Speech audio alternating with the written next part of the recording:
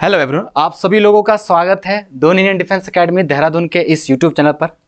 तो कैसा गया आप सभी लोगों का पेपर जैसा कि अगर एनालिसिस किया जाए पेपर को, तो पेपर जो का लेवल जो था वो इजी से लेके मॉडरेट था। अगर मैं बात करूं इजी कितने क्वेश्चंस थे, तो अप्रॉक्सीमेटली 70 to 80 क्वेश्चंस ऐसे थे जो आपसे आसानी से हो जाने चाहिए थे। और अप्रॉक्सीमेटली जैसा कि आपको पता ही है कि हर एक पेपर में 20 to 30 क्वेश्चन ऐसे ही आते हैं जो आपको थोड़ा सा टाइम टेकिंग होते हैं। तो इस बार का जो पेपर का पैटर्न था बहुत ही अच्छा था। और सभी लोगों की तरह जैसे सभी लोग बोल रहे होंगे ना, आजकल क्या बोल रहे होंगे कि भाई सब मेरे पढ़ा हुआ आया, बट मैंने जो आप लोगों को बोला था कि पेपर का जो लेवल आएगा इस बार वो मॉडरेट लेवल का आएगा, बहुत ऊपर नहीं जाएगा। और आपके अगर कॉन्सेप्ट सही होंगे तो सारा चीज आपके पढ़ा हुआ भी आएगा। तो वैसा ही इस बार हुआ। तो इस बार के पेपर की जो मैं आपको आज आंसर की दे रहा हूं, इस समय मैं आंसर की दे रहा हूं, इसका डिटेल सॉल्यूशंस भी आपको दिया जाएगा, प्रोवाइड किया जाएगा विद 0 एरर के साथ। तो स्टार्ट करते हैं आंसर की। ये मैं आपको जो पेपर, आपके पास जो भी पेपर होगा उसको आप एक बार देख लेना कि उसमें कौन सा आपका क्वेश्चंस है। तो यहाँ पे मैं क्वेश्चंस दे रहा हूँ, उसके डायरेक्टली आंसर बता रहा हूँ। तो स्टार्ट करते हैं। जैसे कि यहाँ पे आपके पास फर्स्ट क्वेश्चन है, क्वेश्चंस आप देखते हुए चलना। जो क्वेश्चंस है जैसे if tan theta equal to -k5/12 है, तो इसका करेक्ट आंसर आपके पास सी है।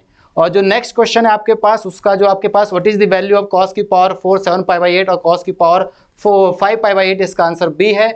और sin square π/4 plus theta minus sin square π/4 minus theta के करेक्ट आंसर ए है। और फोर्थ क्वेश्चन है, इसका आंसर आपका हाइट एंड डिस्टेंस का जो क्वेश्चन था, इसका आंसर आपके पास कितना है, सी है। ओके, तो मैं यहाँ पे केवल आपको आंसर बताऊंगा। ये आपके पास सेट सी का पेपर है, तो आप देख सकते हो। इस हिसाब से मैंने लाया कि ताकि आप लोगों को कोई दिक्कत ना हो। ये भी हाइट एंड डिस्टेंस का क्वेश्चन था। 2 क्वेश्चन इस बार हाइट एंड डिस्टेंस का, बड़े ही लॉजिकल क्वेश्चन आए थे, बड़े ही अच्छे लेवल के क्वेश्चन थे। तो इसका आंसर आपके पास बी है। और सबसे आसान क्वेश्चन, जैसे मैंने कहा था कि भाई ITF इनवर्स ट्रिग्नोमेट्री फंक्शन कितना आसान आता है, तो वही क्वेश्चन पूछा गया। इसका करेक्ट आंसर कितना, ए। और ये भी आपके पास आसान था। 7 नंबर का जो क्वेश्चन है इनवर्स ट्रिग्नोमेट्री का था, ये भी आपके पास, इसका आंसर भी क्या है, इसका आंसर सी है। और ये आपके पास जो 8 नंबर का क्वेश्चन है, इसका आंसर कितना है, बी यानी π/4 है। ओके, नेक्स्ट क्वेश्चन ट्रिग्नोमेट्री के जो इस बार के क्वेश्चंस थे, बहुत ही अच्छे लेवल के और बहुत ही सही लेवल के क्वेश्चंस थे, मतलब आसानी से किए जाने वाले क्वेश्चंस थे। जैसे क्वेश्चन नंबर 9 है आपके पास। क्वेश्चन नंबर 9 में क्या बोला गया, 1 + tan theta 1 + 9 theta equal to 2 है, तो इसका करेक्ट आंसर कितना, 1 है। आपसे नेक्स्ट क्वेश्चन बोला गया what is the value of sin 0 degree, sin 10 degree, sin 20 degree, sin 30 degree, इनकी वैल्यू पूछी गई, तो इसका करेक्ट आंसर क्या है, 0 है। नेक्स्ट आपसे सेट थ्योरी का पूछा गया, भाई सुपर सेट पूछा गया, यानी सेट का भी सेट पूछा गया है, तो इसका करेक्ट आंसर बी है, यानी 7 आएगा। और नेक्स्ट क्वेश्चन आपके पास क्वेश्चन नंबर 12 है। इसमें आपके पास स्टेटमेंट बोले गए, ये भी आपका सेट में से ही क्वेश्चन है, तो इसका आंसर क्या आपके पास, ए है। मैच करते हुए चलना। आप लोगों को इससे क्या होगा ना, जो मैं आपको आंसर की दे रहा हूं, इससे आप लोगों को एक बेनिफिट होगा, आपको ये आइडिया लग जाए कि भाई हमें आगे क्या करना है। क्योंकि जिसके नंबर अप्रॉक्सीमेटली मैथ में आपके 100+ आ जाएंगे और GAT में अप्रॉक्सीमेटली 300 करीब आ जाएंगे, उसको SSB की तैयारी स्टार्ट कर देनी चाहिए, उसको किसी भी चीज़ का वेट नहीं करना चाहिए। तो इसीलिए आपको आंसर की प्रोवाइड कर रहे हैं और आपको 100% ये जो आंसर की ये आपको देखने को मिलेगी यहाँ पे। तो क्वेश्चन नंबर नेक्स्ट 13 में आपको बोला गया, ये भी सेट थ्योरी का क्वेश्चन था। मैंने कहा था 3 से 4 क्वेश्चन सेट थ्योरी के आते हैं और वही स्टेटमेंट बेस्ड आते हैं जो मैंने आपको कहा था। तो ये क्वेश्चन आपके पास सी है, इसका आंसर सी है आपके पास। क्वेश्चन नंबर 14 जो आपसे पूछा गया, consider the following statement respect to the relation, तो इसका जो आंसर है वो आपके पास केवल यह जो आपके पास दिया गया है x का रिलेशन y से, वो केवल रिफ्लेक्स हुआ, तो इसका करेक्ट आंसर केवल ए आ जाएगा। नेक्स्ट आपके पास वही क्वेश्चन है रिलेशन से रिलेटेड, इसका आंसर तीनों स्टेटमेंट सही है, तो इसका आंसर डी आ जाएगा। और ये आपके पास डिटरमिनेंट और डिटरमिनेंट का वैल्यू पूछा गया और आपसे पूछा गया डिटरमिनेंट 1 प्लस डिटरमिनेंट 2, इसका डिटरमिनेंट का जो वैल्यू ऑलवेज क्या रहा, नेगेटिव आ रहा था, तो दोनों को जोड़े तो नेगेटिव आंसर आ रहा था। ये आपसे पूछा गया था और ये बहुत ही आसान है। मैंने आपको डिटरमिनेंट के अंदर प्रॉपर्टी पढ़ाए थे, कुछ 3 रूल पढ़ाए थे कि 1 1 ए, तो ये आपके पास उसी रूल से था, ए कॉमन, एक ए बी सी आप यहाँ से कॉमन ले लो, तो इसका आंसर आपके पास बी आएगा, यानी 12 आएगा। अगर ये फिर से आप डिटरमिनेंट को सॉल्व करोगे तो इसका आंसर तीनों ही सही आ रहे थे, 1 2 3 आ रहे थे। और अगर क्वेश्चन नंबर 19, थोड़ा सा मैं फास्ट कर रहा हूं ताकि आप लोगों को थोड़ा आइडिया मिल जाए, इसका डिटेल सॉल्यूशन भी आपको दे दिया जाएगा, don't worry about that. Okay, question number 19 में आपके पास मैट्रिक्स दी गई है, तो इसमें एग्जैक्ट आपके पास जो सही आंसर है वो सी है, 2 और 3 आपके सही है। और क्वेश्चन नंबर 20 में आपके पास इसको जो सॉल्व करोगे, ए एडजॉइंट ए, तो वो आपके पास डिटरमिनेंट इनटू आई होता है। अगर आप इसकी प्रॉपर्टी पढ़ोगे ना, एडजॉइंट ए के अंदर सबसे पहली प्रॉपर्टी यही होती है आपके पास, ए इंटू एडजॉइंट ए क्या होता है, तो आप बोलोगे डिटरमिनेंट ए इंटू आई होता है, तो इसका आंसर आपके पास 2i आ जाएगा। ओके, क्वेश्चन नंबर 2 में आपसे फिर वही बोला गया, मैट्रिक्स को सॉल्व कीजिए, तो अगर सिंगुलर मैट्रिक्स तो k की वैल्यू कितनी आई है, आपके पास 0 आ रही है। अगर ये फिर से आपके पास सिंगुलर मैट्रिक्स है, ये बोला गया है कि अगर ए सिंगुलर मैट्रिक्स और बी जो है वो एडजॉइंट ए है, तो आपके पास इसको सॉल्व करोगे तो 1 2 3 is the correct statement. Statement बहुत ज्यादा पूछे जाते हैं एनडीए में, जैसा कि आपको पता ना एनडीए जो है ना यूपीएससी जो पेपर पूछता है वो बहुत ही लॉजिकल पेपर पूछता है, मतलब इसी चीज को आसान तरीके से पूछ सकता है ये चीज आसान, पर उसने उसी चीज को कहा भाई तुम पढ़ो, तुम्हें अगर तुम्हारे पास दिमाग है तो इसको पढ़ो। तो वही चीज आपके क्वेश्चन नंबर 23 में भी आपसे ये पूछा गया कि एक नल मैट्रिक्स के बारे में स्टेटमेंट दिया गया, तो इसका करेक्ट आंसर बी है, ओनली 2 स्टेटमेंट। ये वही आपके पास आसान क्वेश्चन है, आपको बोला गया अगर ए और बी को जोड़ते हैं 2 मैट्रिक्स है तो बताइए इसका आंसर कितना है, तो इसका आंसर 8 आ रहा था। ओके आगे चलते हैं। क्वेश्चन नंबर 25 में आपके पास क्या बोला गया, ए और बी आपके नॉन सिंगुलर मैट्रिक्स है और ए बी बराबर ए है और बी ए बराबर ए है, तो आपके पास स्टेटमेंट दोनों ही सही है। अगर आप इसको सोल्व करोगे, देखो हर कोई इसको, मैं ही नहीं हर कोई जो भी पढ़ाता है तो उसको बोलता है कि हाउ मेनी टर्म्स, 2020 में भी 2021 का सेकंड में भी आया था, 2022 के फर्स्ट में भी आया था, इस बार थोड़ा सा अलग आया था, इससे पहले अलग आया था, तो इसका करेक्ट आंसर क्या आएगा बी।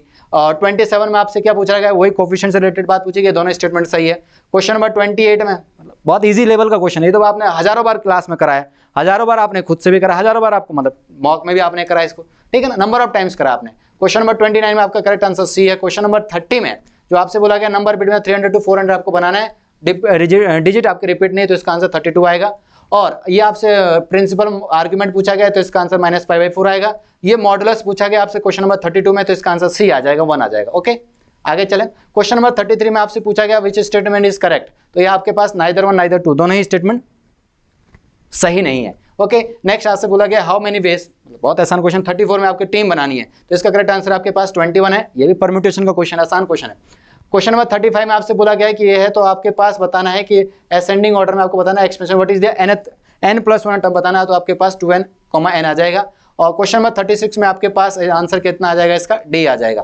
क्वेश्चन नंबर 37 में आपसे बोला गया है कि 5th टर्म इतना है, तो प्रॉपर्टीज ऑफ मैट्रिक्स जो मैंने आपको पढ़ाई थी, मैं लिखा था कुछ खास बातें मैट्रिक्स जो रिलेटेड होती है ना आपके पास, आपने एपीजीपी में आप कुछ खास बातें पढ़ते हो कि एपी की कुछ खास बातें, जीपी की कुछ खास बातें, तो वहीं से क्वेश्चन आया होता। ये आपके पास बाइनरी नंबर का क्वेश्चन है, इसका आंसर आपके पास ए आ जाएगा। और दूसरा क्वेश्चन है बाइनरी, क्योंकि इस बार लॉग का नहीं आया, तो दोनों इस बार किसके क्वेश्चन दे दिए, फिर बाइनरी के दे दिए। इस बार आपके पास 39 जो क्वेश्चन नंबर है आपके पास, इसका आंसर बी आया। और क्वेश्चन नंबर 40 आपके पास डी आया। थोड़ा जल्दी चलेंगे। क्वेश्चन नंबर 41 का आंसर है, आप सेट सी देख रहे हो, क्वेश्चन नंबर 41 का आंसर डी है। और क्वेश्चन नंबर 42 जो आपके डिफरेंशियल इक्वेशन पूछा गया, इसमें आपका ऑर्डर डिग्री पूछा गया, इसका आंसर 4 है। क्वेश्चन नंबर 43 का आंसर आपके पास ए है, क्वेश्चन नंबर 44 का आंसर डी है। क्वेश्चन नंबर 45 का आंसर 3 है, क्वेश्चन नंबर 46 का आंसर बी है। क्वेश्चन नंबर 47 जो आपसे पूछा गया रूट्स के बारे में पूछा गया, इसका आंसर डी है। और 48 का आंसर आपके पास सी है। ये भी आपसे क्वाड्रेटिक क्वेश्चन का क्वेश्चन है। 49 का आंसर आपके पास सी है। क्वेश्चन नंबर 50 का आंसर डी है। और ये आपसे पूछा गया है 5 की पावर n डिवाइड्स इतने से अगर करेंगे तो ये आपके पास इसका आंसर सी आ जाएगा। और what is the value of this one, 52 का आंसर आपके पास कितना है, 110 फैक्टोरियल आ जाएगा। ओके फैक्टोरियल है।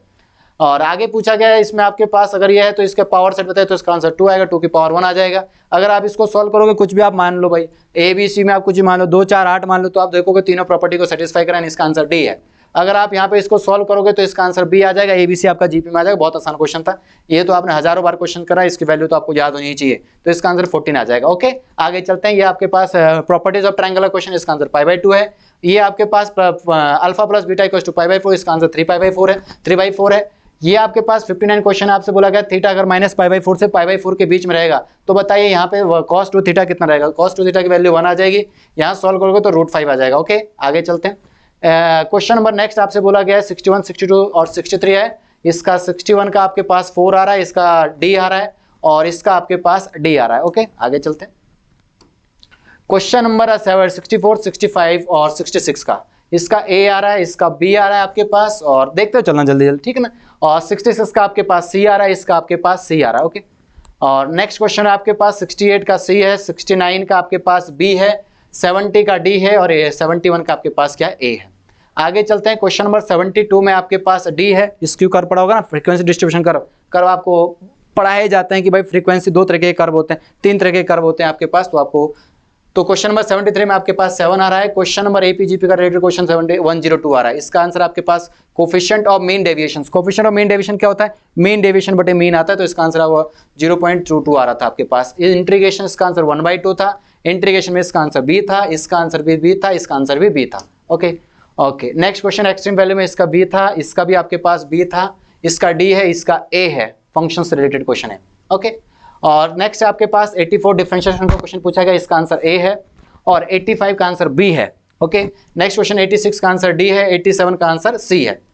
ओके, 88 क्वेश्चन जो आपके पास, इसका आंसर डी है, 89 का आंसर ए है, 90 का आपके पास सी है और 91 का डी है। ओके, आगे चलते हैं। नेक्स्ट क्वेश्चन 92 में ए है और 93 का आपके पास सी है, 94 का आपके पास डी है और 95 का बी है।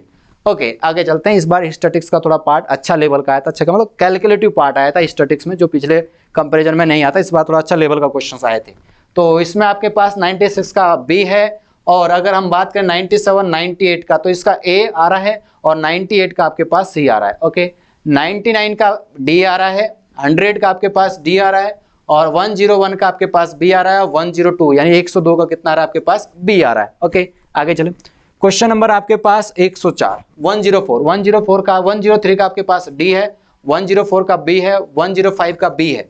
ओके, क्वेश्चन नंबर 106 यानी 106 का बी है और 107 का आपके पास डी है।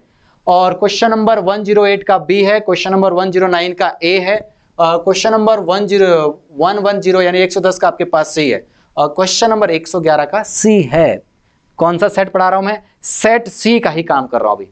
क्वेश्चन नंबर 112 का सी है, क्वेश्चन नंबर 113 का सी है, क्वेश्चन नंबर 114 का आपके पास डी है, क्वेश्चन नंबर 115 बी है, क्वेश्चन नंबर 116 आपके पास डी है, क्वेश्चन नंबर 117 का ए है, क्वेश्चन नंबर 118 का ए है, क्वेश्चन नंबर 119 का ए है, क्वेश्चन नंबर 120 का 20 है। ओके, तो आप लोगों को ये मैंने जो आंसर की प्रोवाइड करी है, यूपीएससी के आंसर की से भी आप अगर मैच करोगे थोड़ा बहुत 2 से 4 नंबर का ही वेरिएशंस आता है अगर उनके और आंसर की में आएगा। तो इस आंसर की से आप ये आइडिया लगा सकते हो कि आपको आगे क्या करना है, कि आपको तैयारी अभी से स्टार्ट करनी है, एसएसबी की तैयारी स्टार्ट करनी है कि आपको पढ़ाई करनी है। तो ये आंसर की से आपको अपना आइडिया लग जाएगा। आई थिंक आप सभी लोगों का पेपर बढ़िया गया होगा। बेस्ट विशेष आप लोगों के लिए आगे के लिए। तो मिलते हैं आपको डिटेल सॉल्यूशन के साथ, जो हर एक क्वेश्चन के डिटेल सॉल्यूशन के साथ कि ये क्वेश्चन कैसे हुआ, क्यों हुआ और आने वाले टाइम पे इससे कैसे क्वेश्चन आ सकता है। थैंक यू वेरी मच, मिलते हैं नई वीडियो के साथ।